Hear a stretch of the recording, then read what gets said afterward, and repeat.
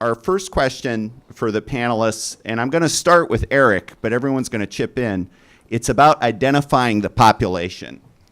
And so what do we know about the characteristics of the population of English learners who have significant cognitive disabilities? So we actually have data from 3 organizations. The California Department of Education is one of those groups. So Eric's going to start with that, and then the other panelists will kind of chip in.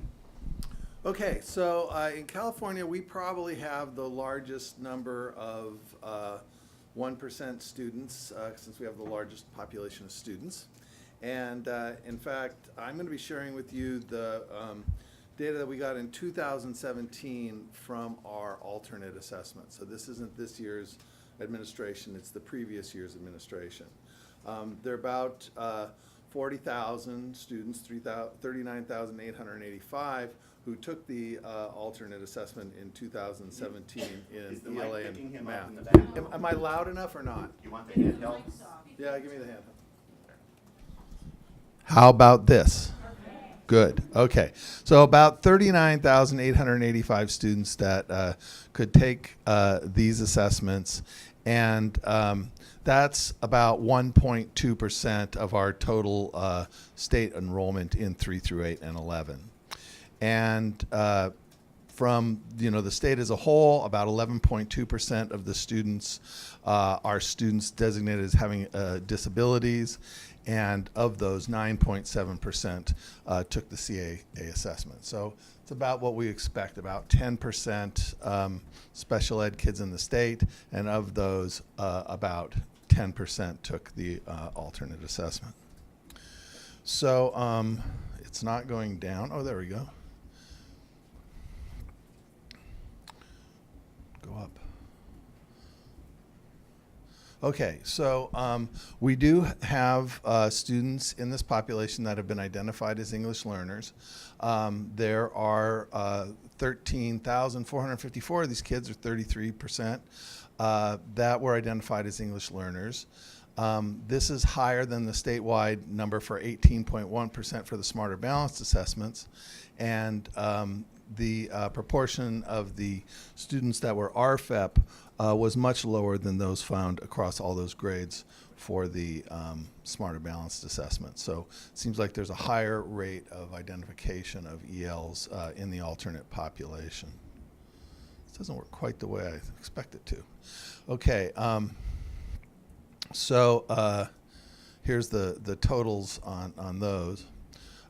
It's interesting that in the alternate assessment, the EL status of the students, far more are boys than in the Smarter Balanced population.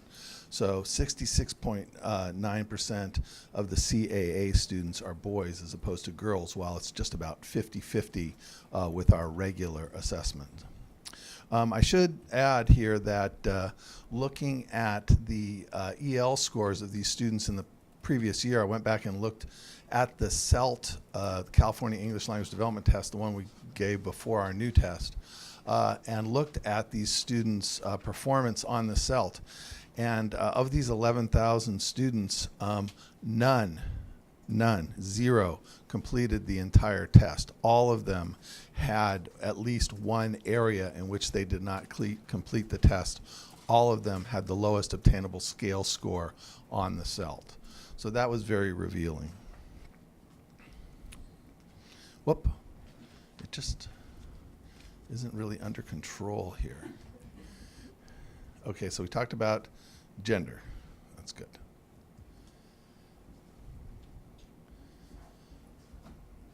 Okay, so the economically disadvantaged status, it's about 60% for all our grades, and for the EL population, it's about 87%. So our EL kids are generally poor. And the alternate population, it's about 63.3% overall, and for the ELs, about 80%. So the numbers are, again, kind of the same as the statewide numbers for both the alternate test takers and the EL population. The distribution of disabilities for the EL and the not EL students, and the distribution of disabilities for the Smarter Balanced Assessment EL and not EL students are quite different. We can see that in the CAA population, we have a lot more students who are labeled as autistic, having an intellectual intellectual disability. We have far fewer that have the specific learning disability or the specific speech or language impairment. The other numbers are fairly similar. I think you might pick out a couple others. The orthopedic impairment is lower. The emotional disturbance is a little bit lower, but the big areas are the students identified as autistic and intellectual disability, and the specific learning disability and the speech or language impairment.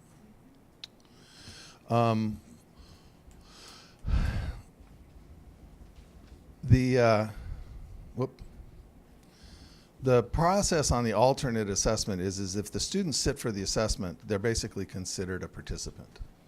All right, so students that aren't assessed on the alternate assessment are those that have been removed for some reason from the process.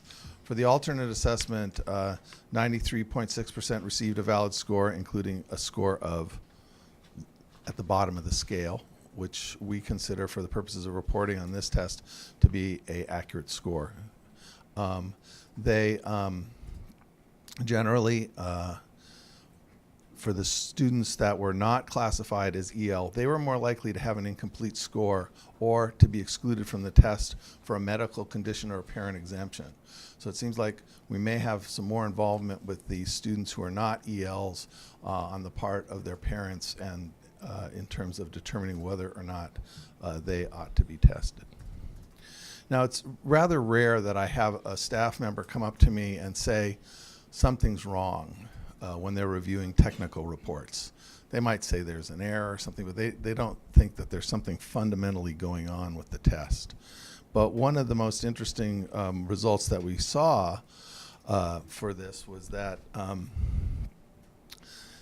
the EL students and the not EL students on the alternate assessment perform almost the same.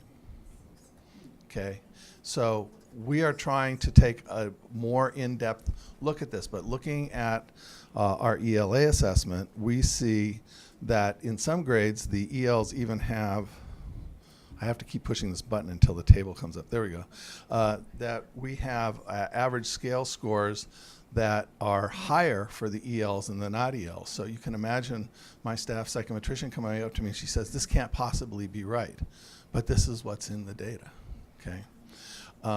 So this raises some real questions about the construct, right? What is English language arts and what is English language development, and how do those two relate for this population? We're looking at some other things right now to see how they stack up in terms of their achievement level, performance, and whatnot. But if you remember what I said, it's the not EL group who seem to be taken out more, and where you might think some students are being taken out who are lower performers. And so you would think that, you know, maybe that would make the not EL go up, but it doesn't. All right.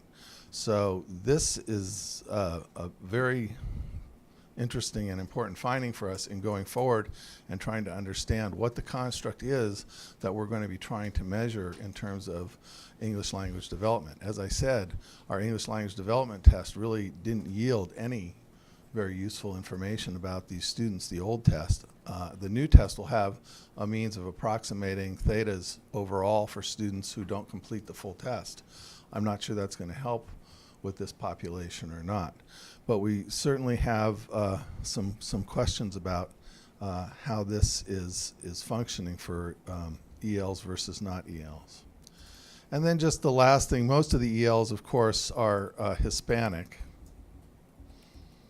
And I have the results, basically the home language survey. We have 52 languages that come in on the home language survey in California, but the vast majority are Spanish. And then following that, we have a number of different Asian languages, and now Arabic, which has risen up over the last couple of years to be a good chunk of the population. But really, it looks like our focus is going to be on understanding the needs of students who are in households where Spanish and Vietnamese and Chinese likely are being spoken. But like I said, we have a whole slew of languages with 80 or 100 kids in this population. Cambodian, Hmong, Koreans on this list, but they're all down there in the fractions of a percent. So that's what we know about our population, and I am not an expert in any way on these alternate students and what they can and can't do. One of my primary forms of involvement lately, though, has been reviewing items that they took, particularly new field test items for this test. And one of the things I can say is these students, at least in looking at the math items, there's a lot of things that they can do. There's a lot of things that they can do. But according to the people I've been working with, language is more difficult for them than math. And so, that informs kind of the process we're going through here too, is trying to come up with what it is exactly we're going to be trying to measure, and then what's the best way to measure it. Thanks. Do you want to jump to your? Yes. So I don't have statewide data, but I do have some. Yours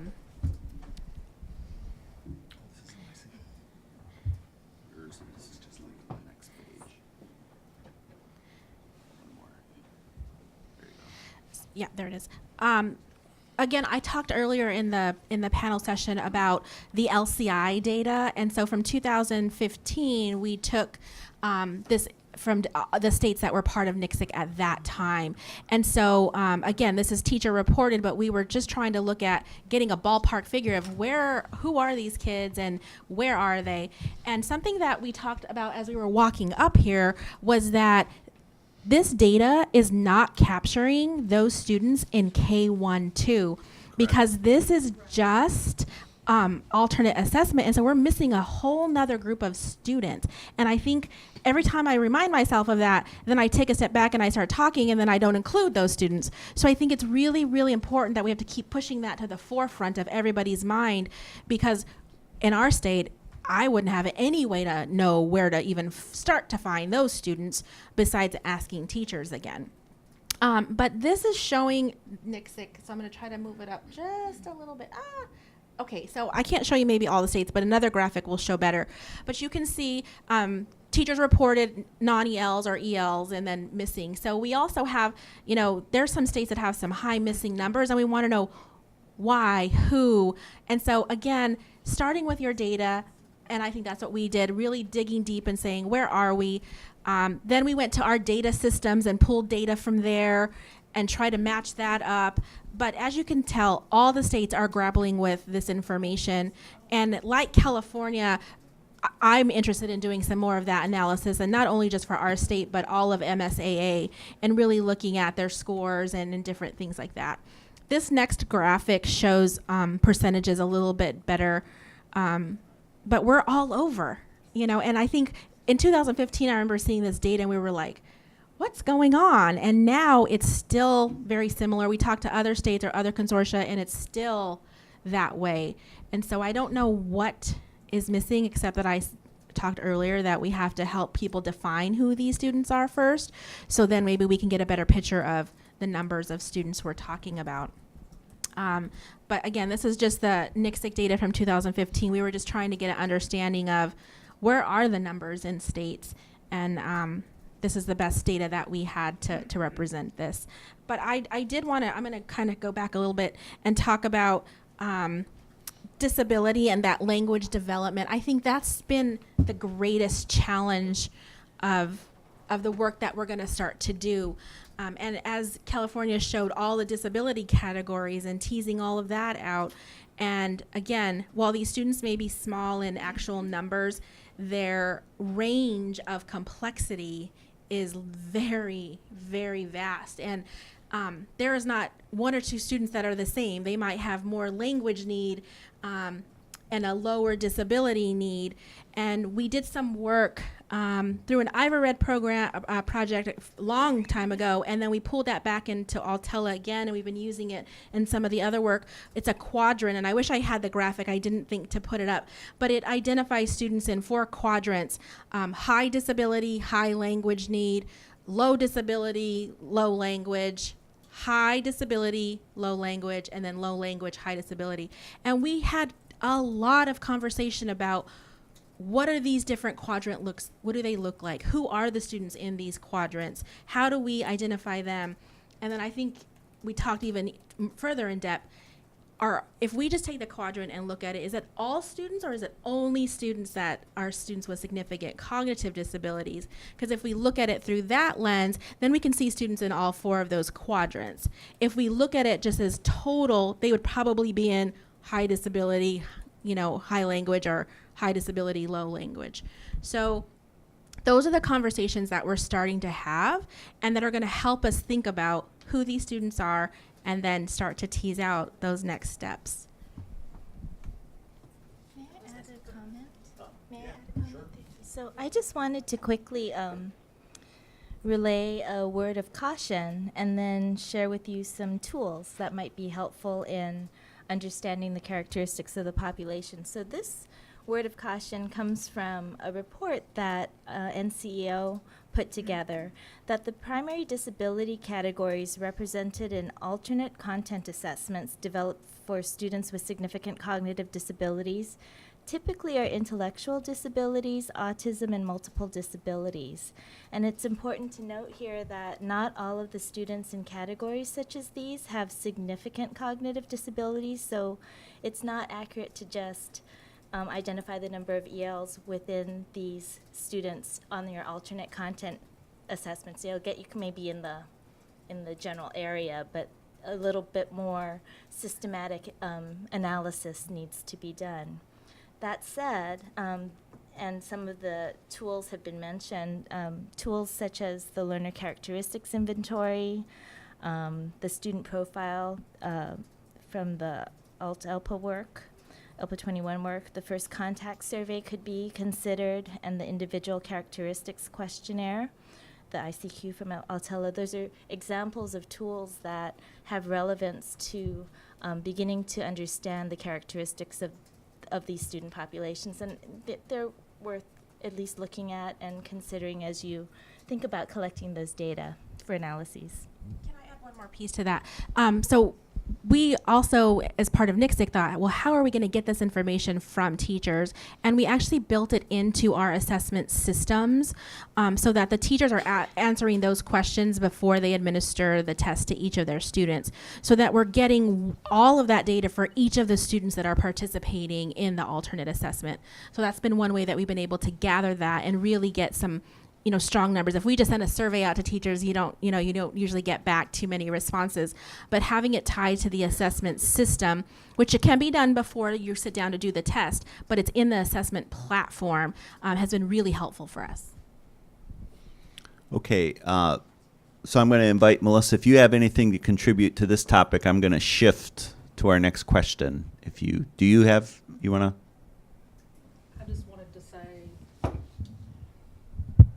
I just wanted to say, when you're teasing out language and disability in young children, because Audra brought up the K through 2 gap of data that's available for you, the OELIS office has a great toolkit that is for states to be using to say how you should be looking at language and making sure that you are appropriately evaluating students.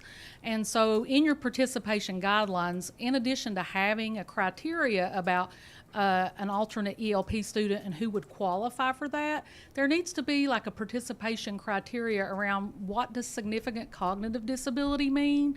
And what I've seen in a practical kind of way is just that there are a lot of multidisciplinary evaluation teams that do not have folks with language expertise. and therefore a lot of students are, I think, being misappropriately diagnosed. And so I think that OLS tool is a great resource as you're looking at who are these students and making sure you're appropriately identifying students in the correct categories.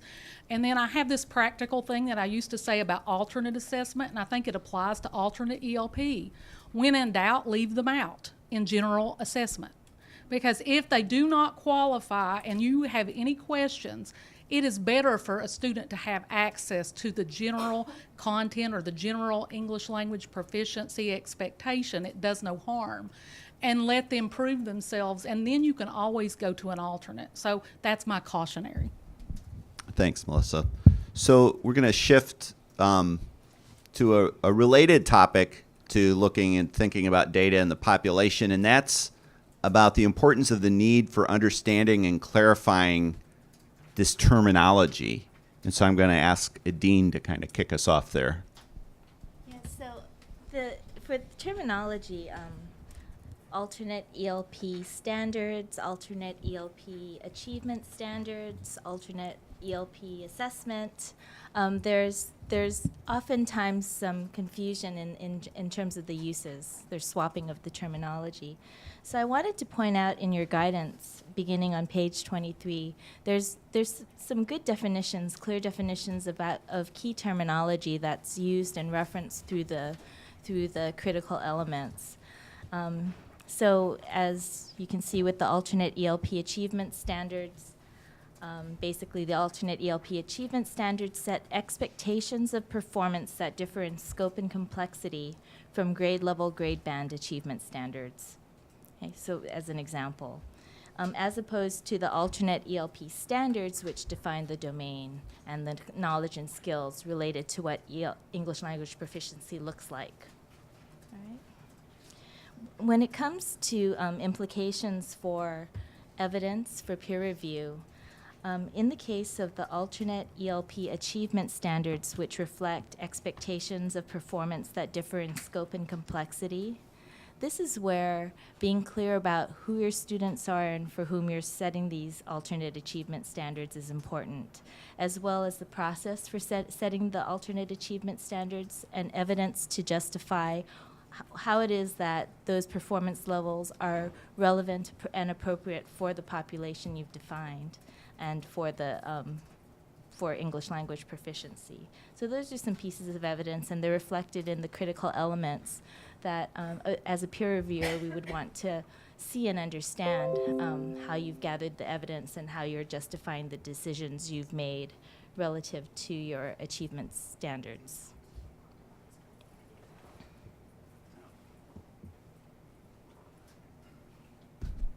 Okay, so kind of shifting topics. Do folks want to jump in to follow up on Adine, or we?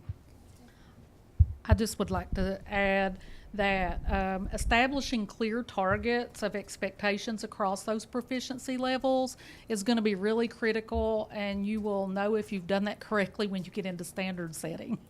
So making sure that those are very well articulated and being able to have a rationale for your peer review submission about how you approach your standards development or your alternate ELP and how that relates back to the achievement standards, and how you established your cuts.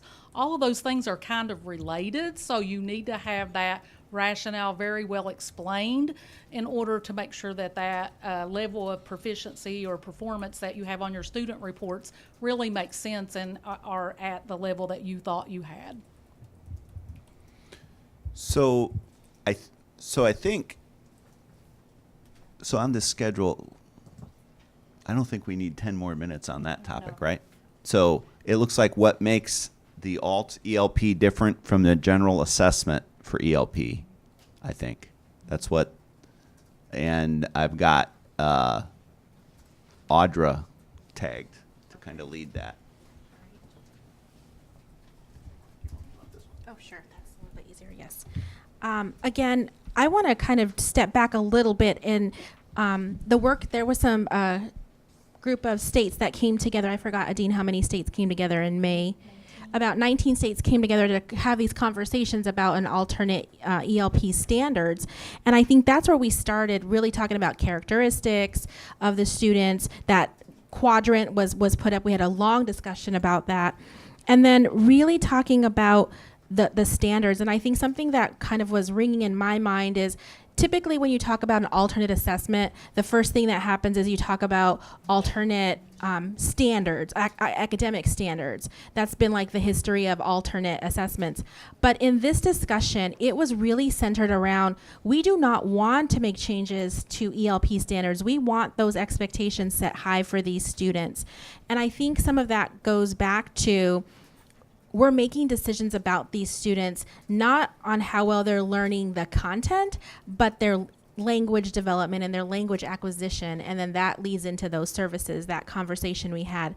So just making sure that we're clear and have articulated very well that these are the standards we are talking about adopting and implementing, and why there weren't significant changes made to them. I think some of that discussion was very, very helpful.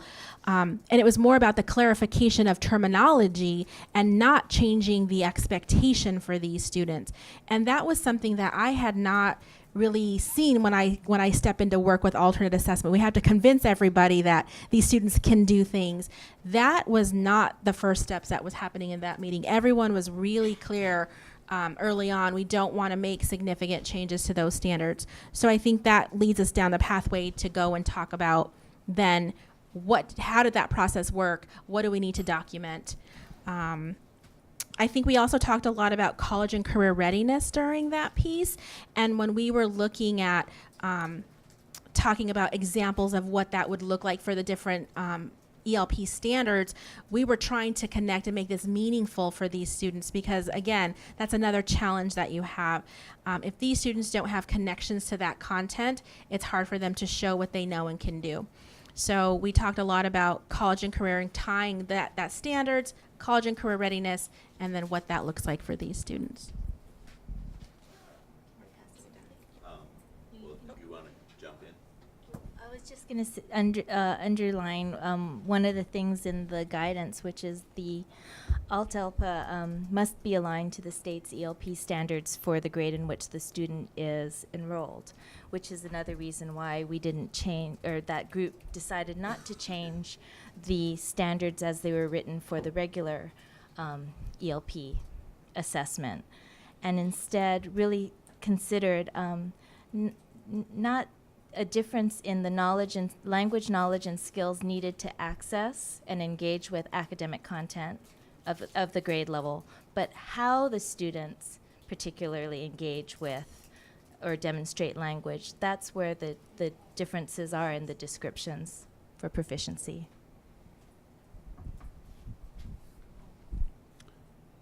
So we've hit on terminology. We've talked about development of alt-ELP standards, alt-ELP achievement standards, what's similar and different. Can we, do we want to speak to the peer group, the comparative population, or not? Is that, I'm just kind of going from the notes, the group notes. Yeah? We talked a little bit about it, but I think you can maybe. So I think that's where we were talking about that quadrant again, and really looking at who are we comparing these students to. And again, we had to keep reminding ourselves to remember who we're comparing these students to. It's non-ELs with significant cognitive disabilities. And so these little pieces are really big pieces when we're talking about peer review and making sure that we're documenting it and being clear. And I think that everyone is clear about it. So not just in my mind and I'm working with this group, but everyone across the board. And that's why, again, I just cannot reiterate enough that all of us working together is going to be really important, whether you're from a different consortia, just a state on your own. It's really important to keep this work moving forward with common understandings of some of these big pieces, such as who is the comparative group, the standards work. I think there was another piece on kind of some of our notes about how this assessment is different from a general assessment, and I think it's really centered around the kind of supports that we're going to be providing to these students. I know in the MSAA alternate assessment, we provide a lot of visual supports and step by step, this is what we're going to be talking about now, kind of anchoring their thinking into what's going to happen next. We provide models and demonstrations for them. And so what does that look like now? How do we embed that? Because those are some of the best practices we got from their instruction. That's how teachers deliver instruction to them. And now what does that look like without providing too much cognitive overload with language? So I think that is going to be a piece where we're going to have to, make some determinations around that.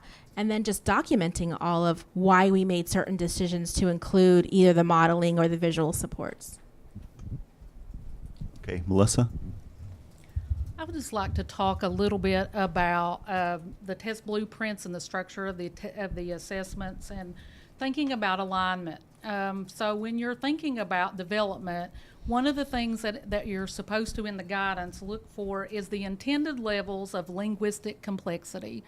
And so I just really want to know how you are. I think you need to really be thoughtful about what does that really mean for this population? What is linguistic complexity? I think you're going to have a rationale around how you've established that in the development of your items and setting for your blueprints. So how does that impact performance across the levels? The other great thing that I see happening now that everyone's looking at development of an assessment is taking their state data and really looking at what kind of performance these students are making. I mean, a year ago, probably no one was looking at their ELs and making sure that, how did they perform and which assessments were they on? And really, I think there's a lot of things that your data could tell you. For example, if you have a student who took the general ELP and they performed at all, and you have some kind of data, then obviously that student would not be on an alternate ELP once your state has one, because you don't want to have them put into a more restrictive kind of environment and setting. So I think that there's some things that you can learn from your own data. And so I would ask that you, in your development, look at your own state data. Look at your system and make sure that it makes sense. You've heard me say coherence today. The coherence is just not about your peer review submission, but it's about looking at your system and how it makes sense to your state. And I think if you clearly articulate that, then that also will have ramifications for how you go about developing this assessment. So you want to make sure, like, for example, in the guidance it talks about whatever your alternate ELP, you should be having it similar to whatever your general ELP. If you're doing grade level versus grade band, whatever you're doing, it would seem that you would expect that's going to be mirrored. So that all has implications about how you're thinking about this and how are you going to set a cut in a grade band with a population where we don't know a lot about performance and those kinds of issues. I think those are the questions that I would say need to be thoughtful about the development of an alternate ELP in the marriage of English learners who have significant cognitive disabilities, which is a whole new ballgame than just general ELP design. And I would just add that in looking at our EL alternate students and thinking about them, well, for all the students on the assessment, on the alternate assessment, across all grades, about 14% of them aren't really able to address the assessment. I mean, we have a number of different exits from the assessment, one after 4 items, one after 7 items, or 11 items, one after 17 items, to not overly, tax these students when they're not being able to respond to the prompts. But 14% in both populations don't respond. And so, that's quite a chunk of the population right there that you're going to have to talk about what you do for them. Then on top of that, our alternate assessment is administered one-on-one in ELA and mathematics. And in many cases, the way the students are communicating their choice of answer is by gesturing, not necessarily by even speaking. I mean, what does writing mean for one of these students? It's hard for me to think about how I would assess, written communication for some of these students. Or, how do you equate speaking with gesturing or eye, movement or things like that people use. So again, like I said, I'm not a person. I'm a measurement person, not a special ed person. But from a measurement perspective, it's a very daunting challenge, and I'm looking for all the help I can get. Yeah. One of the things I wanted to expand on from some points that were raised was this notion of progression towards English language proficiency. And what that implies is that there's a theory of language development in mind. And we do have theories of language development. There's not one, there's several, but they do underlie the current ELP standards, right, in terms of reflecting the particular skills and how they're articulated across ages and grades. It would be important as one moves to the alternate ELP standards and assessments to think about what the expectations are in terms of development for our English learners with significant cognitive disabilities. The knowledge and skills, as we had talked about, need to be aligned with the regular ELP standards and assessments for the grade level. But how do we expect our English learners with significant cognitive disabilities to progress towards English language proficiency? And I think that can be addressed in some of the research and thinking that's done that is provided as part of the body of evidence to justify certain decisions in terms of, for example, breadth and differences in complexity of the standards and the tasks. Yeah, I'm not sure that in our state right now, we know that we are providing separate types of supports for a student who's an English learner as opposed to one who's not on the alternate assessment. I mean, they get lots of additional supports, in terms of the way they're taught, the way they're assessed. But I don't know that we have any kind of understanding of, what if a student was no longer an English learner, what wouldn't you be doing that you were doing before? Is there anything that you wouldn't be doing than you were doing before? And will any of them be reclassified? It's even a question that I have to ask. Okay.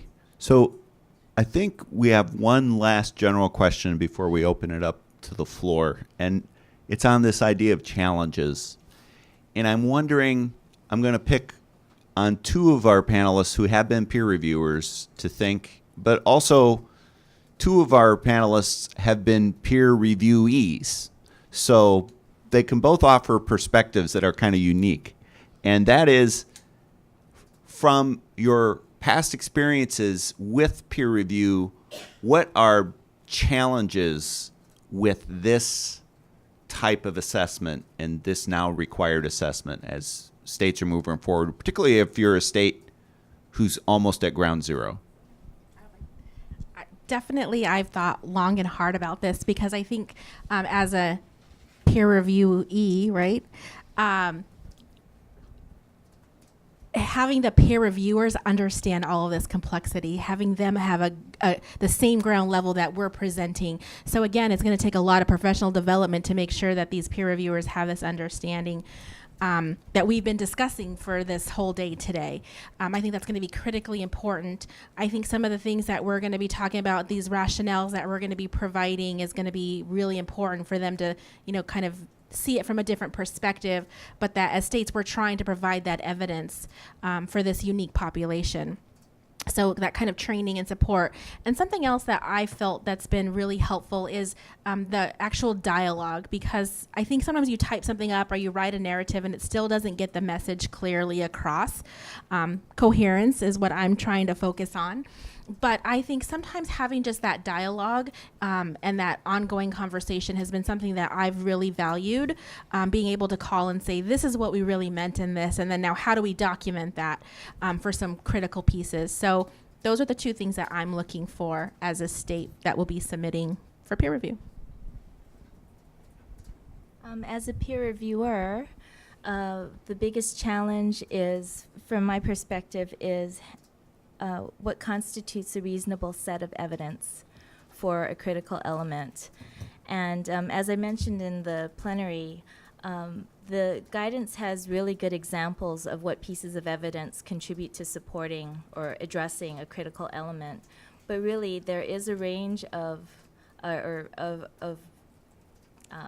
quality of evidence and degree of robustness of pieces of evidence that then kind of add up to how well you're really presenting a sound argument to address a particular element. So I would say that really thinking about, given that this is a very diverse and relatively small population of students, if you could think ahead of time, as Melissa had mentioned in the plenary, about the pieces of evidence that can support different elements and maybe figure out some efficiencies across the elements and pieces of evidence that could support more than one, that might be a nice way to think about your logical argument, your validity argument, and the body of evidence and how robust it is to support the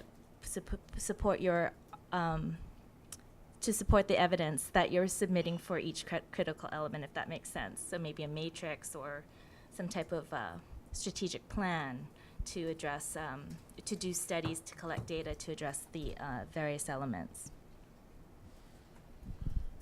Yeah, as I've been thinking about this, every element of it looks. By the way, a peer review E. We haven't gotten our full feedback yet on our alternate assessment, but I do know, some of the issues there have to do with standardization and have to do with, consistency of scoring by locals and things like that.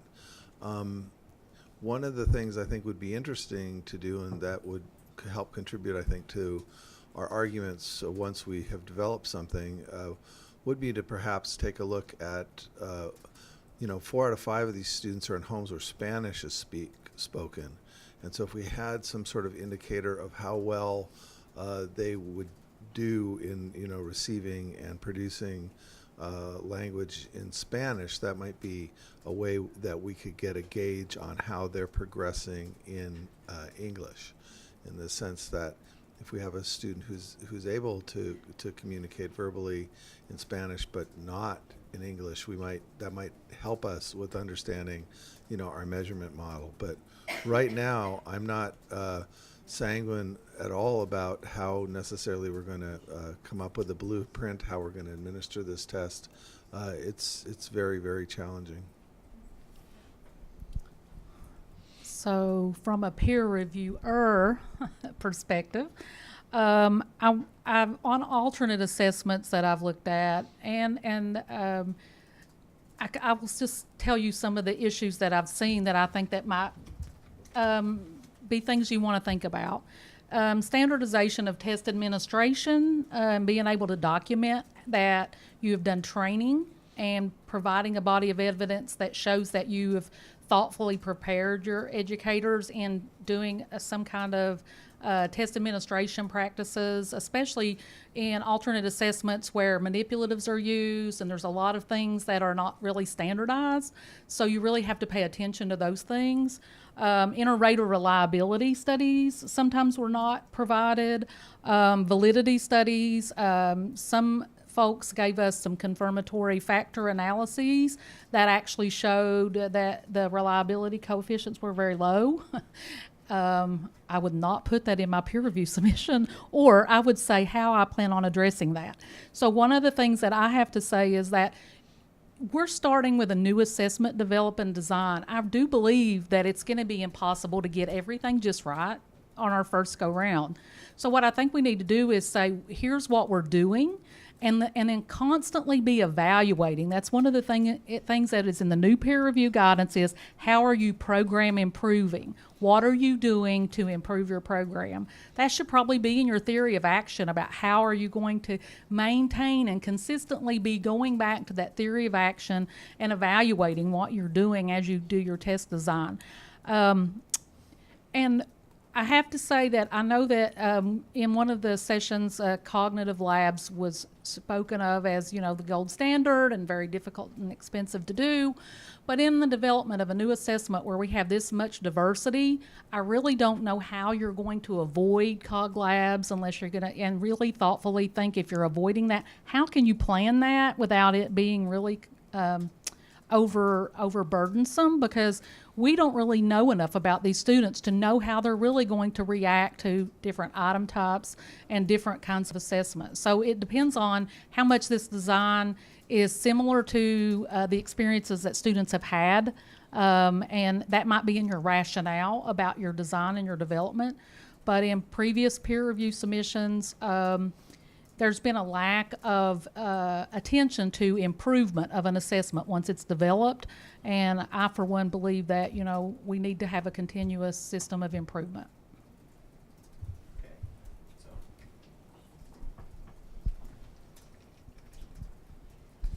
So if there's folks in the audience who have any questions, we have the balance of our time to have that discussion now. So if someone's got a question, I'd ask that you try to use the mic, or if not, we'll be sure to try to repeat the question. We'll have our panelists repeat the question so that everyone can hear it.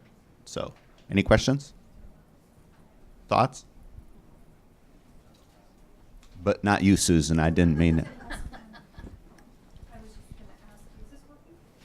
Is that on? Maybe turn it on. There's an on switch.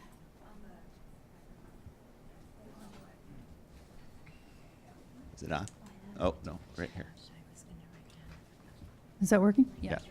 Yeah, so I was thinking about the development of an assessment from the perspective, let's say, evidence-centered design, where you're asking yourself, how do these students make progress in learning, you know, English? Can we even get there until states start developing programs for teaching students, such as these, English? And can you really ever get to the point where you can measure their progress when you really haven't taught them?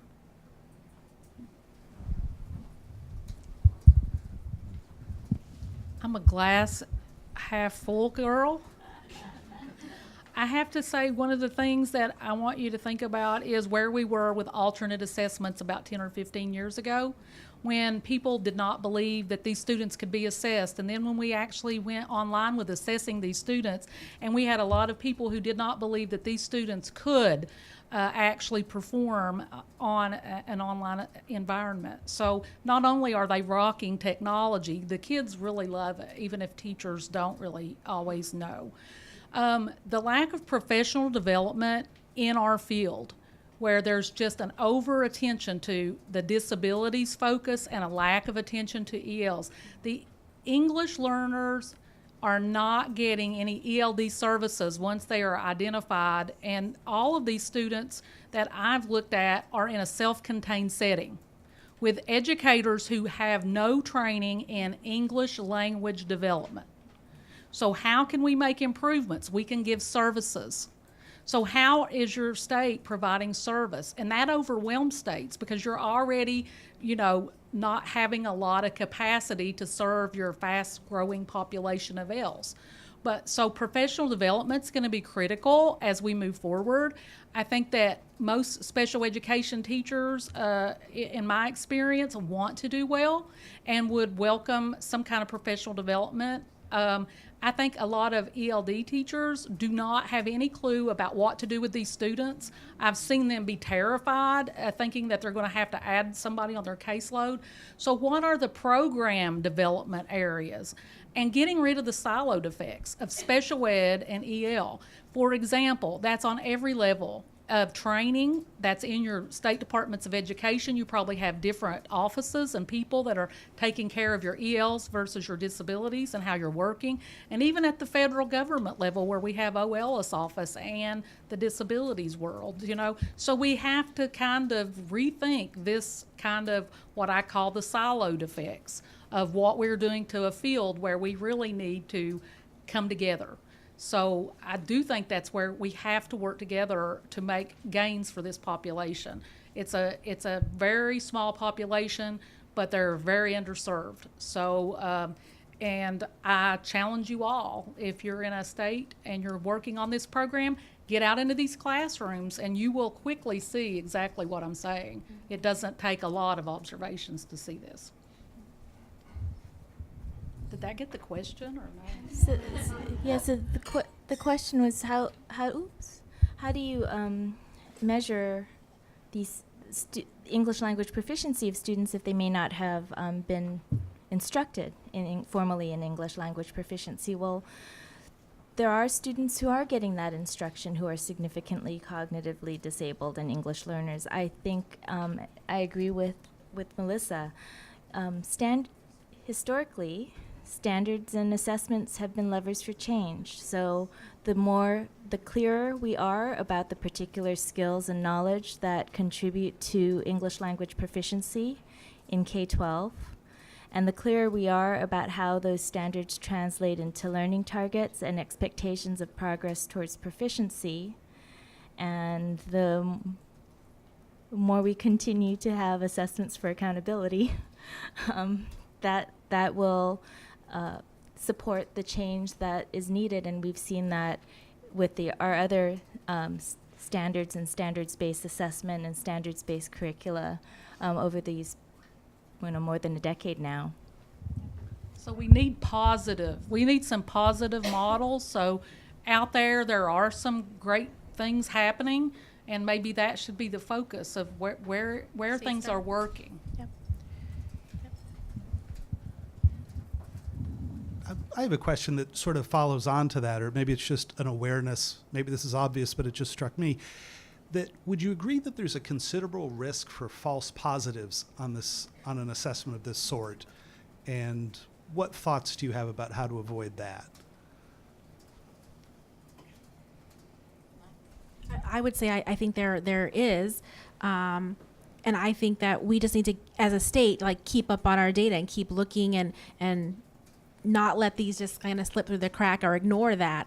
I think if we can understand, I know for our alternate assessment, we found a uniqueness with some of our students and how they were responding to test items. So then we made sure that we went out and observed those students and talked to the teachers about their behavior. Is it only in the assessment? Do you see it in their instruction? So you have to get out. With this group of students, you can't just make assumptions or inferences from the data alone. You have to get out and see these students and see the teacher and that student interacting.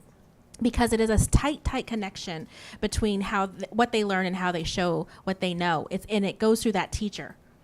That's how we get that information. I also think that we are underutilizing parents and paras who know these students and know how proficient they are in their native language. So if they are more proficient in their native language, then ELD instruction could definitely be a way to improve their language.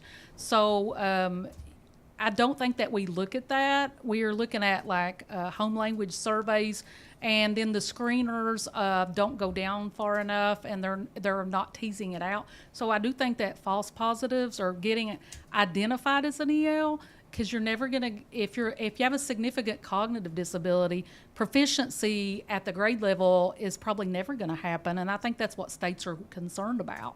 So I think that looking at your home language surveys in your states and having a body of ways to look at teasing out language and disability, because all of the students that would be eligible for this assessment are students with significant cognitive disabilities and have IEPs.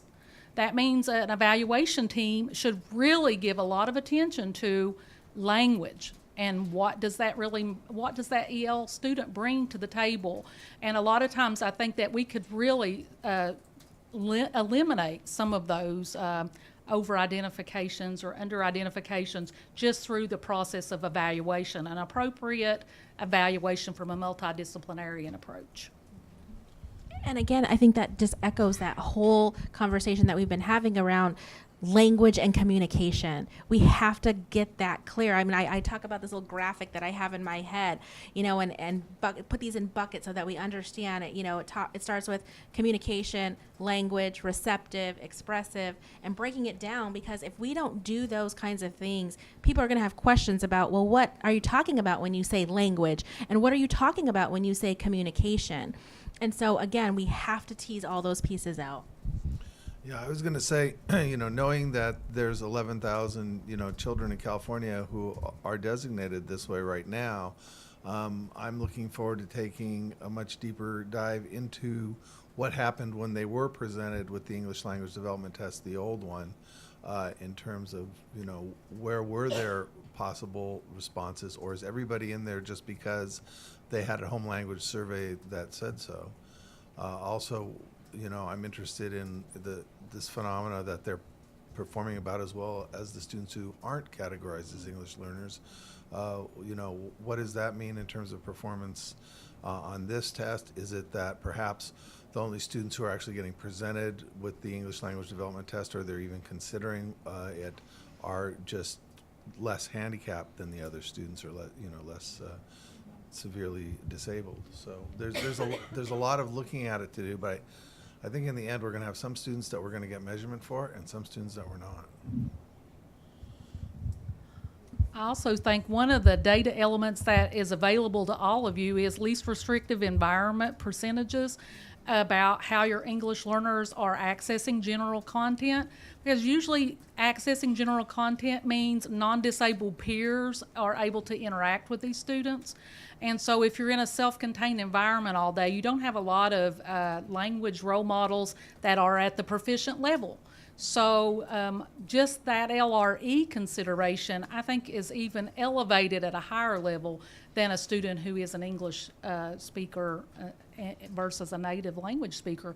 Because if they have opportunities to hear their L1, they're able to develop more language. But if they're in a self-contained environment with students who may not even be verbal, and maybe they are verbal, sometimes it's just really hard to see that. So I think that you have to think about those things and use the data that you have. You have a lot of data elements available to you that you are reporting on through IDEA, that you could be looking for trends and those kinds of things to see, how are these students getting access to the general curriculum? Because I do think that's a really big, important issue for this population.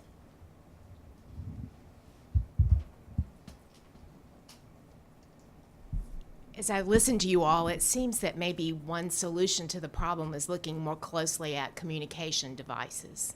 There's certainly been a lot of movement in that area, and if maybe part of the concern is finding the right communication device for a student, that would certainly help to identify whether it's a disability problem or the student is an English learner. I think maybe we also need to think differently about how we identify progress looking at communication devices. If we could find the right communication device, I think it would go a long way to identifying where the student needs support. I would echo that, and that's exactly what we found in our alternate assessment. So for NCSEC MSAA, we have what we call an early stopping rule, but that's based on a student that goes through a check, a student response check, and does a student have observable communication. And when we first started administering that assessment, we had about 14% of the students with invoking that early stopping rule, and we've done work around that. We've enhanced our platform. We've done for more professional development.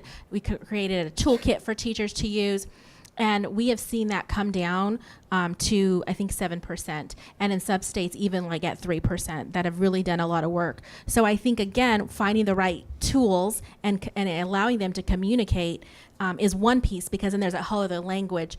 But we're even hearing with communication devices that is it in English and Spanish? If you expect them to use a device and you only have it in English, how much are they going to use that at home, and are they only going to use it at school then? So those conversations are things that are happening that hadn't happened in the past. So bridging that on a communication device, if it's going to be user-friendly at home, would mean you would maybe use a visual symbol and a word in English, maybe spoken in Spanish, so that the home use could also be. One of the things we know about this population is they don't generalize what they learn across multiple settings. So in order for that to happen, then there really has to be that bridging between their native language and their English language development. And the use of symbols or pictures or images is the way that a lot of AT and SLP related service folks go about addressing this when it's a good situation.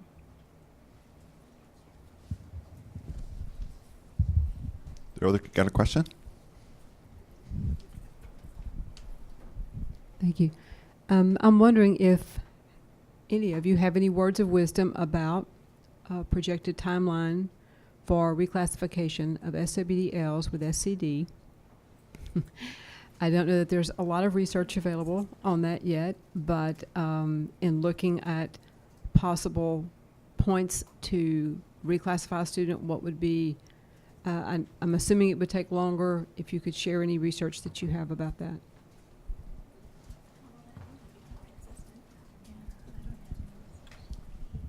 I got nothing. I mean, the first thing that comes to my mind, and this may not be right, but it's the first thing that popped in my head, is that if we've developed the right assessment design, we should see the same kind of growth that we would see in typical students or that's just my first gut reaction. We saw that very similarly in the alternate assessment development. When we looked at our general assessment and then our alternate assessment proficiency scores, they were very close. So in my mind, I'm thinking we found and developed the right assessment for these students, or at least closer than we've been in the past. Because I think in our state, we had an assessment that was designed and they were getting like 80% proficiency. We have other states that we've worked with that had 100% proficiency on their alternate. That was not the same in the general assessment. So I think, again, our now alternate and general have come more in line, and I think that should be the target and the focus.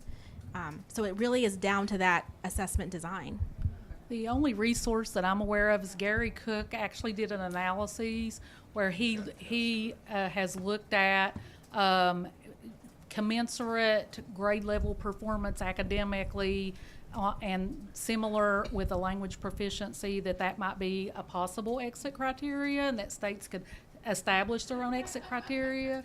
So Gary, you could speak to that. Well, I guess so on the growth question, the concern I have, we've got data on all Texas since 2010, but because states have been somewhat, so I've done research on that, and I've looked at, and I said yesterday that what we see on alternate assessments and alt access seem to pattern similarly to regular EL and content assessments. Mm-hmm. The challenge I have to your other question, Audra, was how long? Yeah. And the concern I have with my data set, and I've got all the data from WIDA, is not all states have chosen to reclassify students. So if I want to do an event history analysis, if I want to see how long it takes, I just don't have, and every year I have about 20,000 students. Every year I have only about 10,000 matched students. So as I look back, I'm probably going to have fewer and fewer and fewer students. So it's really hard for me to say how long it's going to take. I think the expectations we have about alternate assessments and alternate ELP assessments hold with content assessments and ELP assessments. I think those logical arguments hold. The bigger question about how long, I just don't, and I've got data, but I don't trust it to really be able to say this is how long it takes. Does it take longer or shorter? I honestly don't know. And I think that is going to be a very difficult question because, again, it's the quality and supports that the student has in instruction. And so, again, that's going back to, are these students receiving services? And if they are or not, I mean, that would be maybe something we could eventually look at. Once we get that clearly identified, these students received services, what kind of services? I have another comment to what, if I can? Yeah. To what Adine said, and I guess I'm going to be on the same panel tomorrow, about services. So I think we can operationalize, I think we have the ability, and Altella is giving us more ability to operationalize what the construct is. And I'm a measurement guy, so I can measure anything. Just how much money do you want to spend? So I don't have a problem with that. one of the things that we're discovering, and I was going to run the analysis for tomorrow, often we see bimodal distributions on alt access. So either kids are A1 or A2, or they're P2 and P1. So it's like there's nobody in the middle.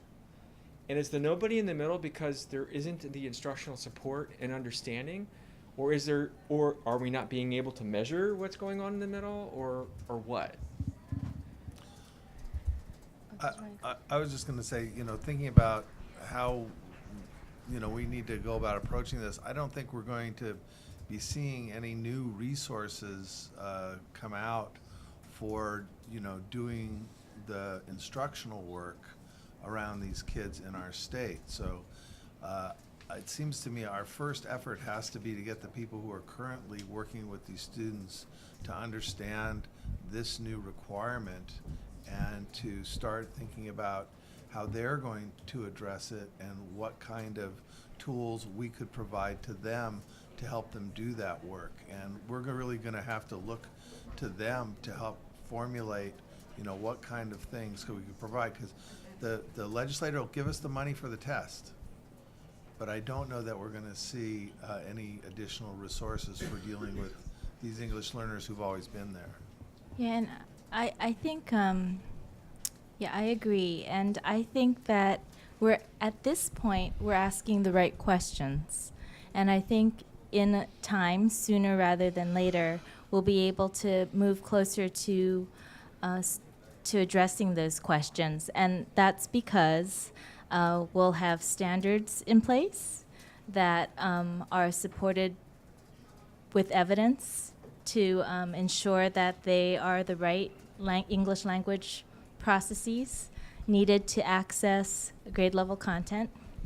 And we'll have instruction and assessment that are aligned with those standards. And that's one of the nice outcomes, consequences of peer review, is you need to attend to these very critical aspects of an assessment or a system of student support, so that as we get more in line across standards, assessment, and instruction, and get a better clarity on the construct that we're trying to address, I think we'll start to be able to answer the questions that we're raising. Do we have time for a comment? Can you hear me? Yeah, we have so a one little- of the things that happened at that meeting in May that I had privilege of being at is one of the discussions we did touch briefly on was, what does it mean to be a proficient speaker of English for this population? And one of the things that we all kind of agreed upon is looking at our comparative groups.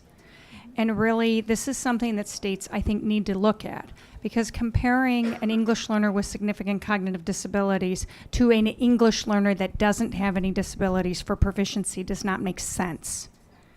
So we need to compare that English learner with the significant cognitive disabilities to a student with significant cognitive disabilities that is a never-L. And we really need to look at how do we find proficiency based within the true peer of that student. And that's a policy thing that I think states need to look at.